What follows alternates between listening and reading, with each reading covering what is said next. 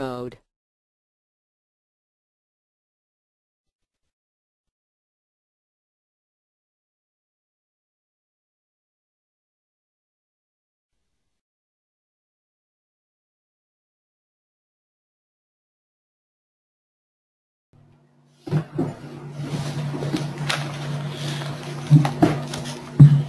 Hello and welcome to this webinar jointly from Social Finance and the Young Foundation. My name's Ben Jupp. I'm one of the directors at Social Finance. I lead on our work around health investment and some other areas around social impact bonds. I'll introduce my colleagues from the Young Foundation as well.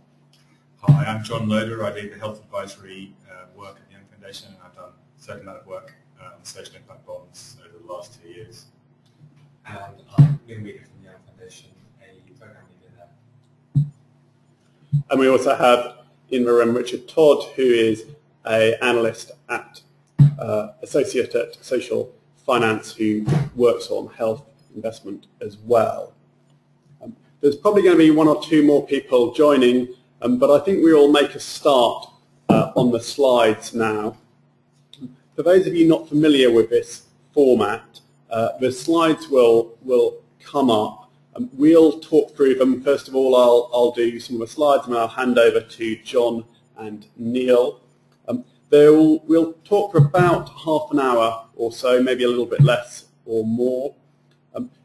There's a question/chat function that you have. Please do write questions as we go along. We'll come to them at the end. We found in previous webinars that not everybody has microphones or good quality microphones, so it's easier if we ask the questions that people have sent in to us. You won't be able to see every question, and then we'll answer them. We'll also have a link to the slides on our website after the webinar, and are really happy to follow up with email conversations or talking to people on the phone. So, just the first slide around the introduction. I imagine that a number of people on this webinar will be familiar with the concept of a social impact bond, but just to run through it very quickly, a social impact bond is a way of raising finance for a preventative public service in which social investors support the service, and in which commissioners only pay when and if outcomes are improved. What we're going to be talking about today is the application of that to rare conditions in the health service, and as we'll come and talk about a little bit more, we think there's quite a lot of promise, for example, around improving care for patients with sickle cell and supporting patients who require complex support in order to be discharged from hospital. I'll just run through a little bit more about a social impact bond before handing over to John, who's going to talk through around the conditions a bit more. So at the heart of a social impact bond is a contract between the public sector commissioner, who commits to pay for an improved outcome, such as reducing reoffending or improved health, and a group of investors who provide the money required to deliver that service. On the back of that contract, those investors are able to bring in a number of service providers to achieve those outcomes. And the slide we've put up now is just a fairly basic representation of that. The first social impact bond, which we launched last autumn in Peterborough to reduce reoffending, has a model in which the social impact bond delivery agency employs a number of specialist agencies to support prisoners coming out through the prison gate, support their family, deal with particular challenges that they might have, such as drug and alcohol problems. And on the back of that, we're expecting reoffending to be reduced and the Ministry of Justice to make payments to the investors if and when such reductions in reoffending take place. Why did we think that this is something which might be a good approach to financing investment in tackling problems associated with rare health conditions. I mean, we've been looking more broadly at the scope for investing in more preventative health services. We had a pamphlet produced by Paul Corrigan, the ex-number 10 advisor and kind of leading thinker on health a few weeks ago, making the broad argument that despite an awful lot of rhetoric, the health service hadn't moved from being essentially a sickness service to a well-being service. And that in particular, we've yet to make the transition from really helping people manage their own conditions and are still very much focused on dealing with people sort of as they turn up to the GP or the hospital on a much more episodic basis. And so we've been looking, for example, at the scope for social impact bonds to invest in better management of diabetes, more generally reducing emergency admissions into hospital. But it did strike us that there are a number of reasons why it might be helpful to start with services to address the needs of those with rarer conditions and more specialist conditions. The first is that, in our experience, a number of these services around these conditions are still somewhat Cinderella services. They haven't always received the same political interest as some of the more common conditions, and to be honest, they are sometimes put in the too difficult box operationally. Secondly, some of those challenges around how to provide an excellent service in rare conditions are magnified where one comes down to the primary and community care level, because there simply isn't the specialism given the relatively rare nature of the conditions. Most GPs or most district nurses, for example, will have less experience of supporting those people. Thirdly, although these may be relatively rare, some of the individual costs to the NHS are very high in financial terms, as well as the health and well-being costs very high to individuals.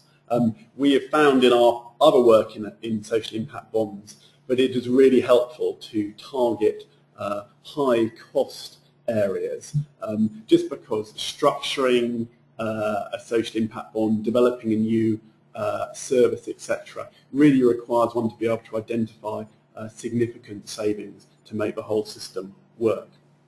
And fourthly, our experience is that whilst lots of commissioners in health, local authorities and elsewhere are very interested in social impact bonds, in the health field, the kind of the reforms which are going through at the moment, a number of commissioners are wary about signing up to medium to long-term contracts as they move from PCTs to clinical commissioning groups. And our sense is that around specialist commissioning, there may be a little bit more certainty going forward, and that might provide the environment which would allow a social impact bond to take place. I'll skip through the other slides kind of relatively quickly, because I think we'll pick up on these when we look at the individual conditions. I mean, broadly to say, you know, the population affected by rare conditions is growing. Clearly, the pressure within the health service and more generally to come up with more cost-effective care is very strong at the moment. That is a challenge, but I also think an opportunity for looking at new ways of funding and delivering services. And finally, just to say that actually making a social impact bond stack up does require a number of conditions to be met. First of all,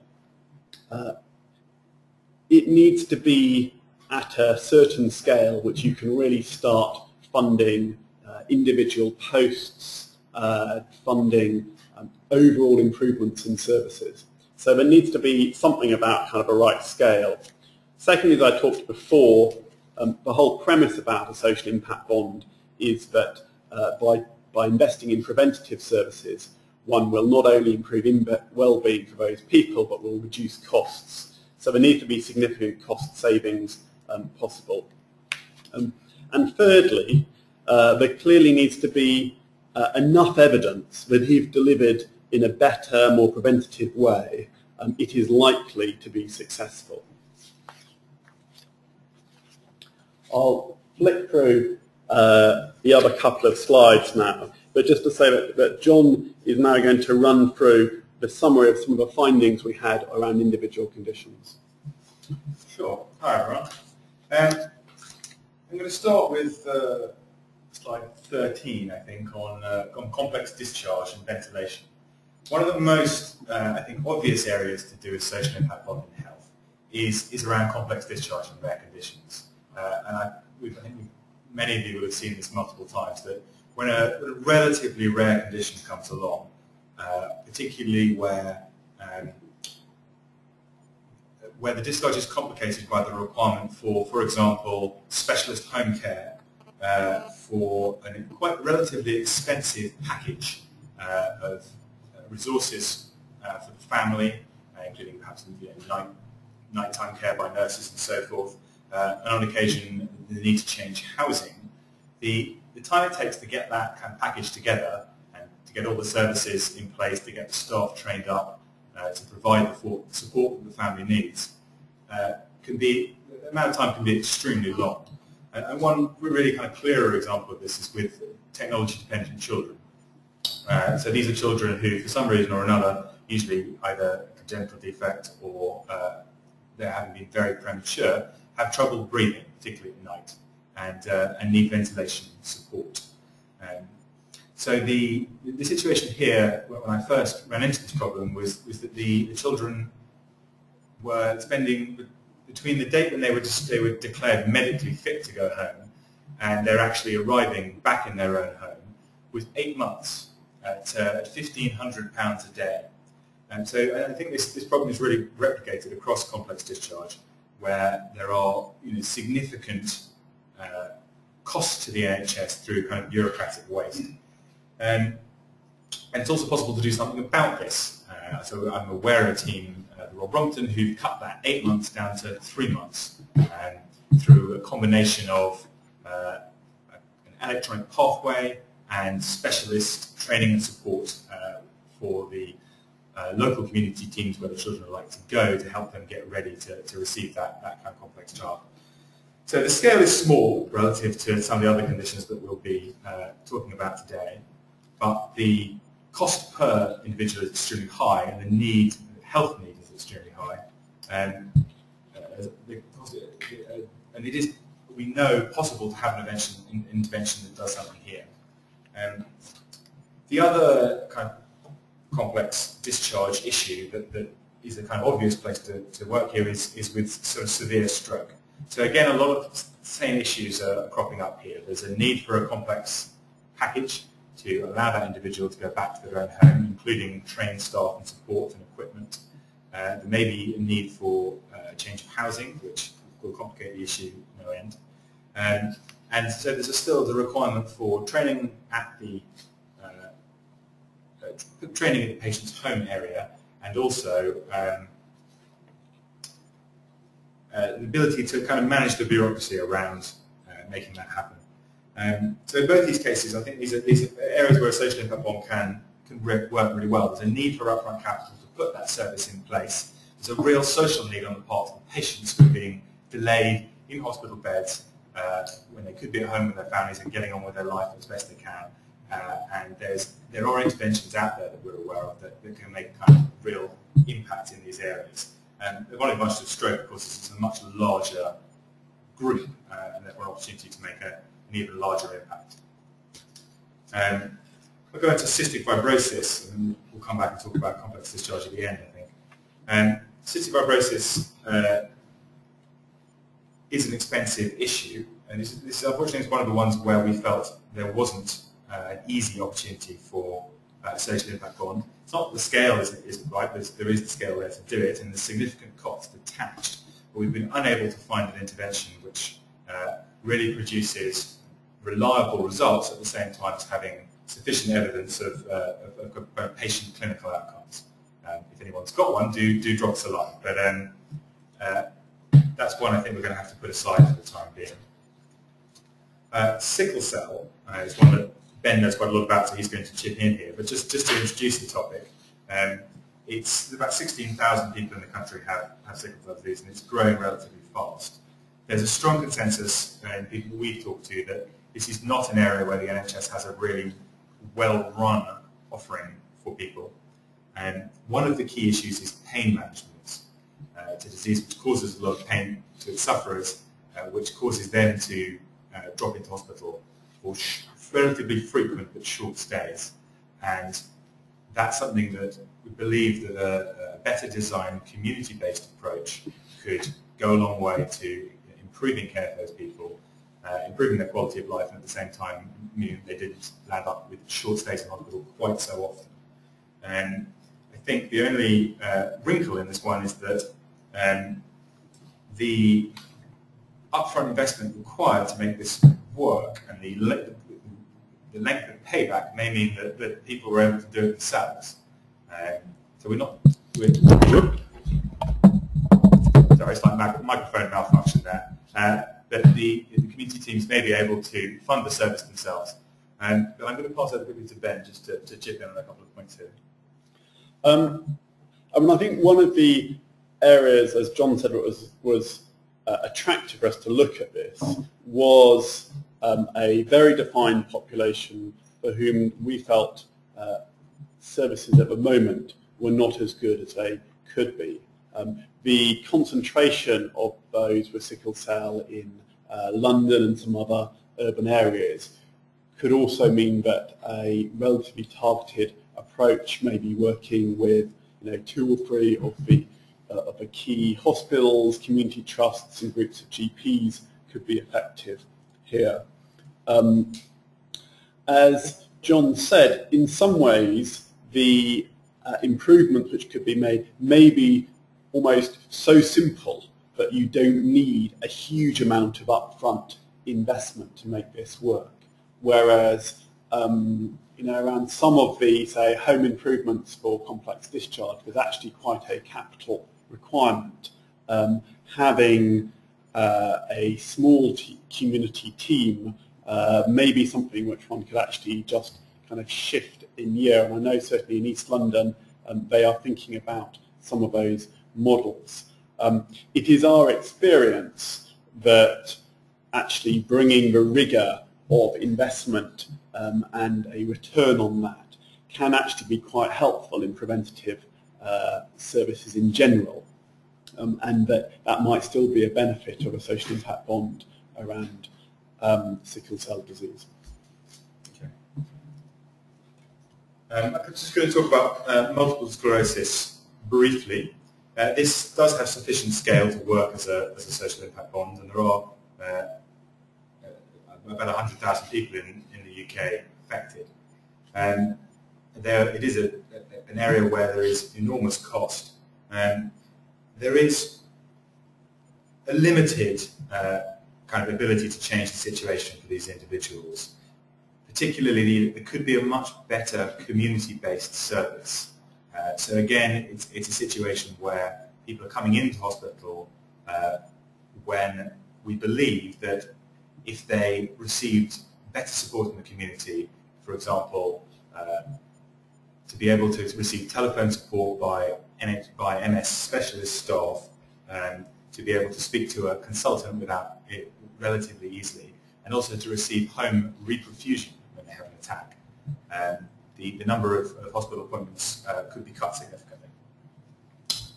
And neuromuscular conditions, this includes things like muscular dystrophy. And this is really this category is a collection of quite a large number of relatively rare conditions, and as such, it might need a kind of blend of services. About 70,000 people, but as I say, some are extremely rare. They are relatively expensive. However, at this stage, we've been unable to find an intervention that was able to deliver sufficient savings to make social impact bond really works. And despite the need there, at this point, that is still hanging in the maybe category. And at this point, I'm going to hand over to my colleague Neil. Thanks so much, John. So we're into the final stretch in terms of the slides, and summing up what we've learned about the various conditions. What we can say about cystic fibrosis is a question mark about its ability to change, which affects its potential for a social impact bond. Neuromuscular conditions, medium cost to the NHS per patient, medium ability to change means a question mark there. Sickle cell disease, high cost to the NHS per patient, and we do see an intervention which would work there, so we believe very much scope for further investigation. Multiple sclerosis, high cost to the NHS per patient, however not clear about an intervention with ability to change, so question mark there. Complex discharge, both in relation to ventilation and neuro-injury, high cost to the NHS, and there looks to be some ability to change. So we believe very much open to investigation for a social impact bond. So having said that, as has been said earlier, a social impact bond is far from straightforward to implement, and there are a number of issues which need to be considered. The first of them is a interaction between the people providing the specialist care and external investors. Those relations are they would involve a new approach, and they would need to be coming to an accommodation of how this can work effectively. There are issues there around making sure that the people in the system have got the right incentives to do the right thing for the system as a whole, and a question around involvement of private medical providers. If they can produce a better result for lower cost, then in many situations people would say that that has to be a good thing. However, when it comes to health, there are some who would argue that they would rather not have this. So there are some issues around whether investors would be comfortable with it. As mentioned earlier, other agencies' involvement is crucial, and we know all about interactions between local authorities and the NHS, and between different parts of the NHS not always being as smooth as they could be. And particularly interventions which we've mentioned, areas like housing and ongoing care do represent costs, and the sorts of organisations who would be incurring them, such as local authorities, are under quite severe budgetary constraints, as of course is much of the public sector. There's a question around specialist commissioners. By anybody's standards, there's a large budget for the NHS. However, finding the ability to have upfront investment is not always an easy one. So there will be a range of people. Now, clearly, if the NHS organisation in this was able to find the money, then it would represent quite easily represent a lower rate of return. But if not, then there are issues about making sure that investors have the right incentives. And then lastly, there's a question about NHS costs on the system as a whole, and making sure that the system as a whole for public sector, that the SIB represents lower costs happening for that. And what we've seen is that sometimes some organisations are shunting costs onto others and not really reducing costs as a whole. So that needs to be considered. So moving on finally to conclusions and next steps. We do believe that these show potential to improve patient care through investment in better services. We would be keen to meet with commissioners, service providers and other experts, particularly when it comes to sickle cell disease and complex discharge services for ventilator dependency and neuroinjury. There are issues in which sickle cell disease can benefit from investment in more coordinated care, and indeed complex discharge services also many benefits from better integrated care. There are questions to be answered about the size of the investment, issues about proving that the business case for the social impact bond works better than, say, the NHS reallocating existing resources. But having said all that, the potential is there, and that's why we believe that further investigation is needed. Great, thank you very much indeed. I hope that was a helpful run through.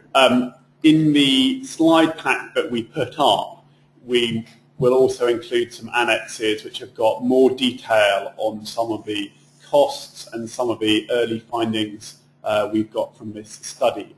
I should emphasize it is very much a kind of pre-feasibility study. The next step on this, on any of these conditions, would be to really kind of drill down into how the system works at the moment, what patients want, which I think is really important in this field, how anything which was funded through a social impact bond would also link up with existing services, because anything we do here has got to be about kind of integration of services and streamlining processes rather than just adding another layer or a separate service. So there will be a lot of things to do, but I hope this gives you a sense of a flavour of the work we've undertaken over the last couple of months or so. I'm going to ask we've got a number of questions coming in. As I said at the start, we'll read those out and I'll ask my colleague Richard to select a few of those, and then John and Neil and I will have a go at answering them. Okay, so we've got a question from Stephen Birch, and it's around the reception that SIBs have had at the government level, specifically HM revenue. So I'll have a first stab at this. I mean, in general, there's an enormous amount of interest in social investment around government. The government brought out a social investment strategy at the start of the year.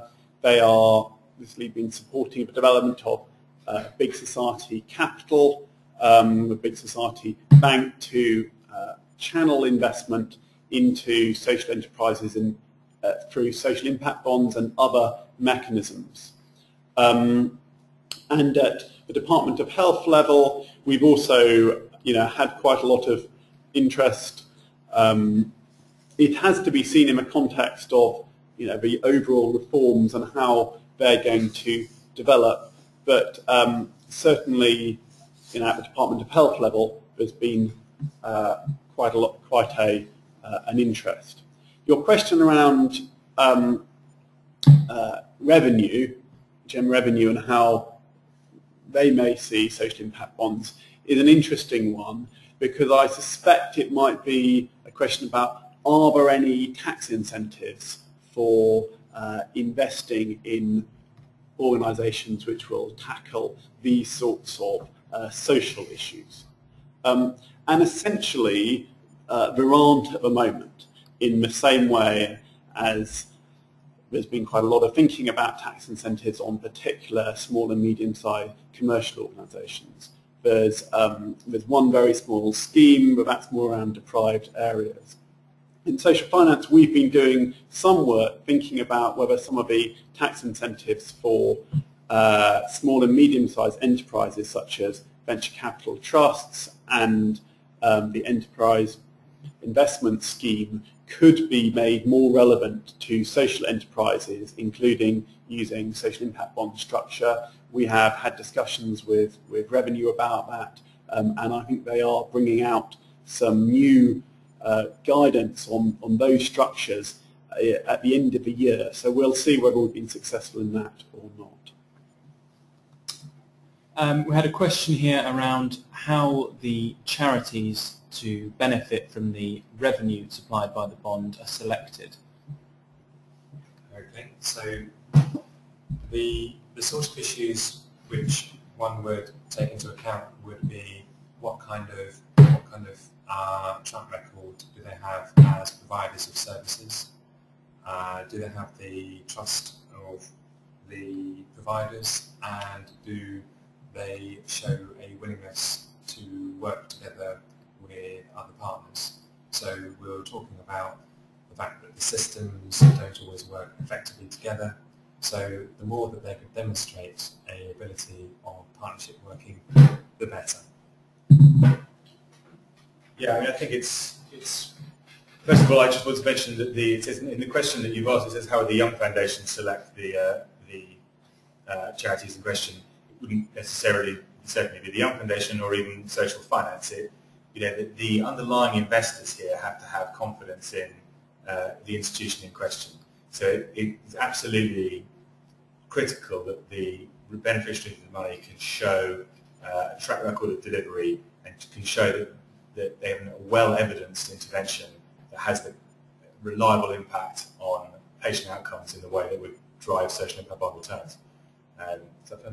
Yeah, and I think that I touched on the question around how do we ensure that anything which we funded or investors funded in the rare conditions space linked up with existing NHS services.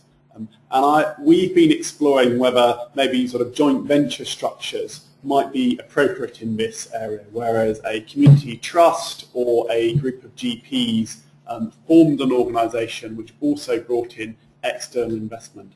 And that might be a way of really ensuring buy-in and alignment of incentives across the system. Thanks. We've got a question here around the extent to which the NHS has supported the idea of taking support from NGOs in providing support to specialised diseases, and the extent to which they're open to working in partnership. I think the social impact bonds will be a bit of a trailblazer here. The NHS in the UK doesn't have a terribly strong track record of working with outside organisations. I think that the key issue that needs to be pinned down to make the NHS comfortable is clinical governance, in that they will be totally unwilling to kind of release their own oversight over clinical outcomes for patients. So there needs to be quite careful reporting lines and quite careful division of responsibility and labour, so that the NHS remains comfortable that it continues to have kind of satisfactory clinical oversight. But I think the direction of travel from the Department of Health at the moment is very much about opening up the NHS to a broader group of providers. And so I think that you'll see central government support for that. But I do, as I said, I do think social impact bonds are an important part of kind of making that actually happen, which could have huge potential benefits for the NHS, I believe. I might say something, is Ben here, briefly about sickle cell. In fact, that came out of a discussion with some commissioners that we had, where they were looking at their services and what their plans were at the moment. And it was in some of these specialist areas that they felt they didn't have sufficient expertise at the moment, and they would like to link up with others. I think that one of the things across the management of long-term conditions that will become increasingly important is to get much, much better at self-care and peer support. I mean, I think not only is the evidence about where you do that well kind of quite strong, but it is also the case that we've got to become more productive in a number of parts of the health service. And I think it could well be that some of the kind of societies which have championed those with rare conditions at the moment could have quite an important role here in terms of linking up existing support groups and developing new forms of care and condition management which engage people, their families and their wider community much more. So my ideal would be kind of taking the best of what's there in the NHS at the moment and linking that up with some more kind of community-led projects in many of these areas. A related question we have is around the extent to which we've given thought to the involvement of the specialist sector, NHS staff mutuals, spin-outs and the like. Ben, I don't know if you want to speak to that. We have, in social finance, have definitely been talking to a few organisations where staff have already spun out of the NHS or who are considering spinning out of the NHS and are thinking about how they use that freedom in a positive way to both kind of expand geographically, but almost as importantly to look across the care for people outside of some of the traditional boundaries between the health service, social services, employment and housing needs. And so it's certainly the case that they could be quite a good vehicle, and we've been talking to one in particular about whether they could be a vehicle for these sorts of social impact bonds in the future. A couple of questions around the investor side of social impact bonds. Firstly, the extent to which there has been positive reaction from charities to use their endowment, and particularly obviously health charities and foundations, whether the SIBs seem to make a viable investment for their endowment funds rather than their grant-making funds. I think I have had those discussions with health-related charities, and they are keen to do exactly that at some point. I think that social impact bonds as an asset class need more than a few years of track record before they can feel very comfortable committing from that pot. But I do think that's one of the really exciting things about social impact bonds in the medium term, and one of the reasons why they're an area of so much interest is because they once they've established a track record for themselves, they absolutely do have the potential to unlock that pot of money. And then the second question around the investor side of things, what are the levels of returns that might be expected or promised under a SIB program? I'll have a first stab at that. But I think it's really important that we all recognise that SIBs are not about just new kind of free money coming into a service. Actually, if you had an entirely kind of risk-free proposition, then the best way to fund it would be through mainstream government funding, because the government can borrow money on the money markets at, well, I can't remember what it is today, 2.5% or so. We're not in Italy or Greece, thank goodness. So what's really important is that anything that is being funded for a social impact bond is somewhere where there's a benefit from transferring some of the implementation risk to investors on the assumption that they may be able to manage that better than has traditionally been happened, say, within the health service or other public services. And I think that some of the ways in which we've seen, for example, in the Peterborough pilot, the benefits of that are by investors who are able to bring in kind of a lot of upfront investment in really good management and really good information systems. We've also found that having the flexibility of money which sits outside of traditional public service budgets and is less constrained about how you can use it and when you can use it is really important as well. But ultimately, there's a question around how much, how risky is this? And we have found that our thinking about social impact bonds is they're good for things which have quite a lot of implementation risk, but which there is still a convincing intervention which one could sell to investors, and that's what John was talking about before. So this isn't about funding the absolutely kind of crazy, wild, never-tested idea, or even just a really interesting R&D project. It is about the rollout of something which has maybe been successful in one area, but which it's helpful to have good implementation management as it's rolled out more generally. What's the rate of return on that?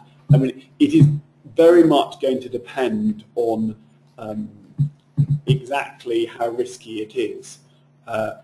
I think we are generally looking in the region of kind of 8 to 12% annual returns for social impact bonds at the moment, and that's assuming that the investors, often charities and foundations, are prepared to take more risk at the moment for a lower return than would usually be the case, because if this was purely a commercial venture, usually you'd be charging considerably more than 8 to 12% for this sort of risk capital.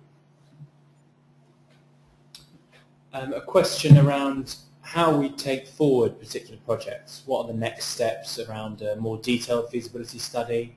Are they facilitated by the Young Foundation or social finance? How long do they take? Well, I'll say something very briefly, which is these are really pre-feasibility studies. And so the next step on any of these conditions would be to work in a local area with some commissioners and providers. We will be sending this pack around to people in the NHS and more widely, and seeing if they are interested in working with us on that. And then we had a question around, I suppose, the potential for the market growth over the next few years. What do we see as the potential for the social impact bonds? I would say that one of the key challenges is sorting out or clarifying the arrangements for commissioning arrangements amongst the NHS. So that is one strand of work which needs to be sorted out. Then at the same time, as has been mentioned before, generating a track record on social impact bonds, that's also important.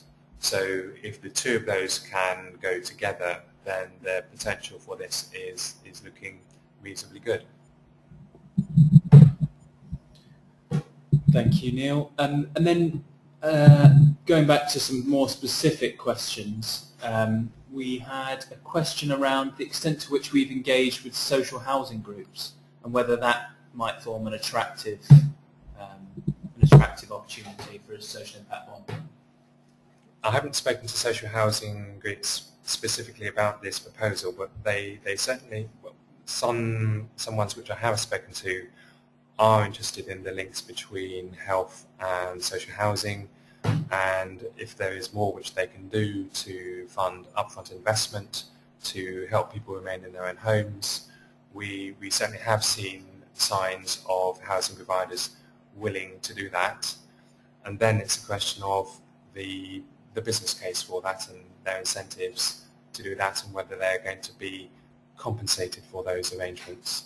Those issues need to be resolved, but certainly there are signs that social housing providers are willing to look at this sort of scheme. Okay, thanks, Neil. And another more specific question around sickle cell. So we mentioned that commissioners we spoke to would like to link up with others, and a central part of this was sharing expertise and picking out, for example, St Thomas Hospital with a concentration of need within the population, sickle cell, and one of the largest centres in Europe. I don't know whether you want to talk a bit more around how we select providers and the like. I'll certainly follow up on the St Thomas Hospital link. I think that any solution around sickle cell would need to have the acute centres brought into it as well, rather than kind of setting up some rival community service.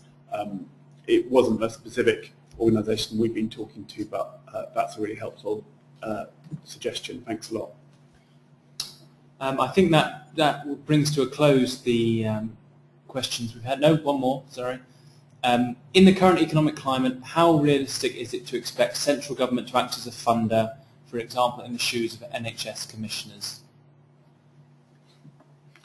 I think the challenge we have on social impact bonds is that there's a huge amount of interest about them.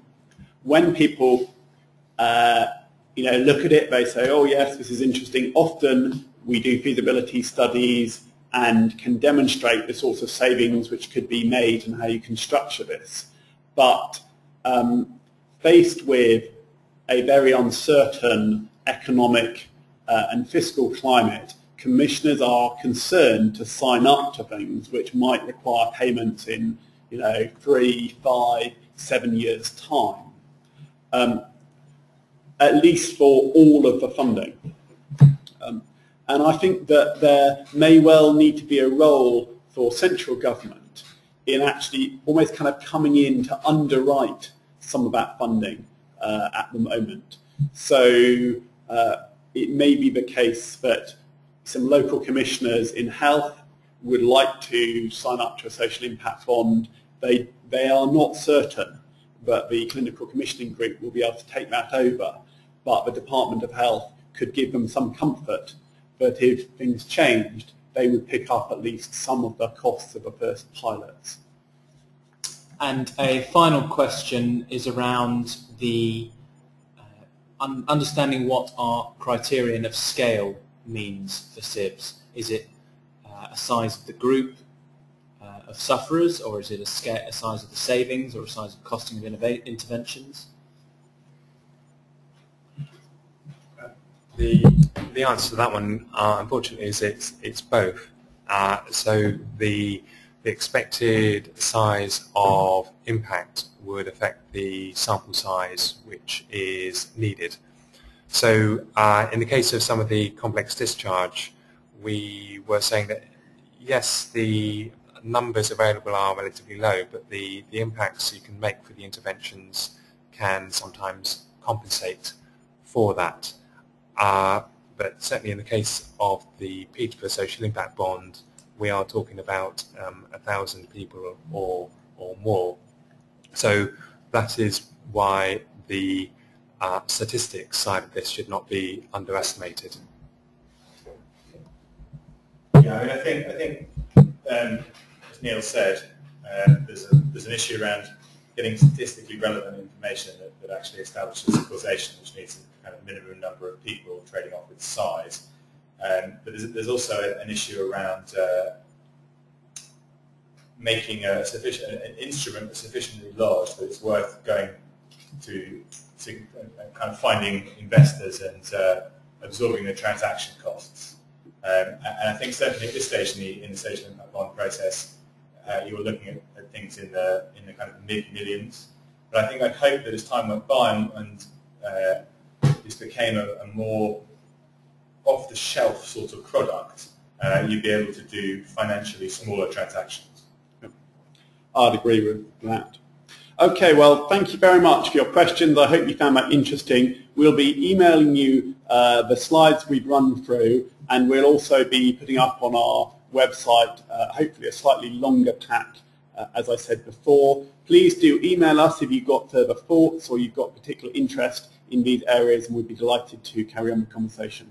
Thanks very much again to John and to Neil and to Richard.